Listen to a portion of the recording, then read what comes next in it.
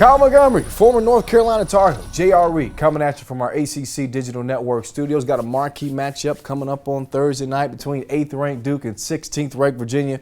Probably the game of the year thus far, I think it's safe to say. This is exciting. Yes, it is. And I see you rubbing your hands together like you're ready to play. That's how I feel. You know, it's good to feel this way about games in the ACC again. You know, they're going to have a lot of good matchups with these guys. Sure. You'll break it down in just a moment. But first, let's hear from Virginia head coach Tony Bennett. You're going to have an exceptional defensive outing. We know that. They're so capable of scoring and getting going, and they don't have one guy that you can key on. They have a lot of different weapons on the offensive end, so we'll have to be as good or better than we've been all year.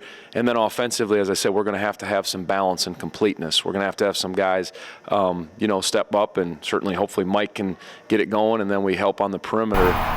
Obviously, Coach is probably talking about Joe Harris and Sammy Zeglinski, the team's second and third leading scorers, as guys that need to give this team some balance and help in the scoring department.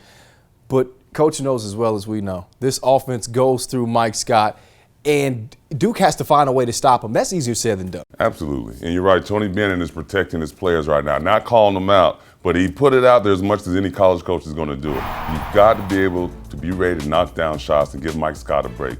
You know, Duke's going to have about 16 fouls to waste on it with big bodies in there in the Plumlees, and they're going to need it. Can't give him easy opportunities. Yeah, he's still going to have to get his numbers, but, Coach is obviously right. He's in that position for a reason.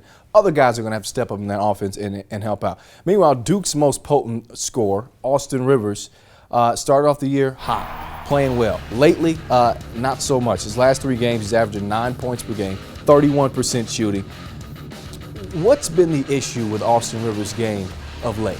Well, Austin Rivers is learning on the fly. I watched him play over in China early in the season. I saw them struggle there. I saw him turn up a little bit at the beginning of the season in some of the non-conference games, and now we're seeing him get down a little bit again. I think for him, he has to get his shot selection has to be steady and continuous. He takes some bad shots every once in a while, forces the issue sometimes. I just think he needs to cut down his shot and improve his percentage. But that's been his MO all year, pretty much. Questionable shot selection. It's worked for him before, but it's not working now. Yeah, and maybe you just touched on something. Maybe this is why Coach K has gone to a different point guard now, knowing that the team maybe runs a little bit better with Quinn running the point guard, and also can really concentrate on scoring. All right, this game has been billed as a battle of tempos. You got Duke, who likes to get out and run. You got Virginia, who would prefer to slow it down.